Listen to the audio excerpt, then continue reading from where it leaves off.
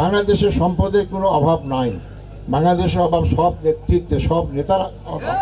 আজকে বাংলাদেশে সব নেতৃত্ব থাকলে দেশের আজকে করুণ অবস্থা হতো না। সম্পদের অভাব নাই কেন? আপনারা জানেন যে হাজার লক্ষ কোটি টাকা বিদেশে পাচার হয়েছে। তো গরিব দেশের টাকা থাকলে তো এত পাচার হওয়ার কথা না। তার মানে এই দেশ গরিব নয়, আমাদের গরিব বানিয়ে রাখা হয়েছে। যদি আজকে সৎ নেতৃত্ব ক্ষমতায় থাকতেন, যারা অতীতে দায়িত্ব পালন করেছেন, দুর্নীতি বন্ধ করলে দুর্নীতির টাকা সাশ্রয় হয়ে বাংলাদেশের দামাল ছেলেরা তার গরিব পিতার জায়গা জমি বিক্রি করে বিদেশে পাড়ি দিতে হতো না।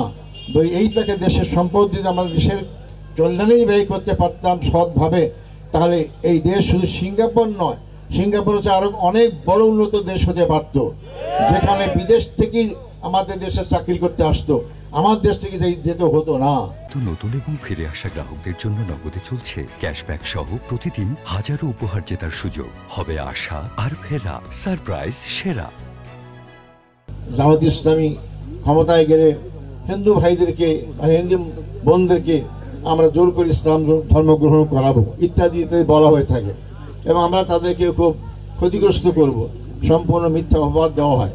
আমি ক্ষেত্রে অনেক জায়গায় বলেছি যে সত্যটা উদাহরণ, 24 সালের আগে যারা ক্ষমতায় ছিলেন তাদের সময় প্রায় দুর্গাপূজার সময় দেখা যেত মূর্তি ভাঙ্গা হচ্ছে, দুর্গাপূজা আক্রমণ করা হচ্ছে, আগুন দেওয়া হচ্ছে, আর সব দায়ী দায়িত্ব শিবির এবং জামাত ইসলামী দেওয়া হতো। কিন্তু আপনারা যারা আছেন সাক্ষী থাকবেন, এবার যে 25 সালের দুর্গাপূজা হয়েছে, কোনো মিডিয়া, কোনো সংবাদপত্র একথা বলতে পারেনি যে একটি দুর্গাপূজা আক্রমণ করা হয়েছে, একটি দুর্গা মন্দির ভাঙ্গা হয়েছে।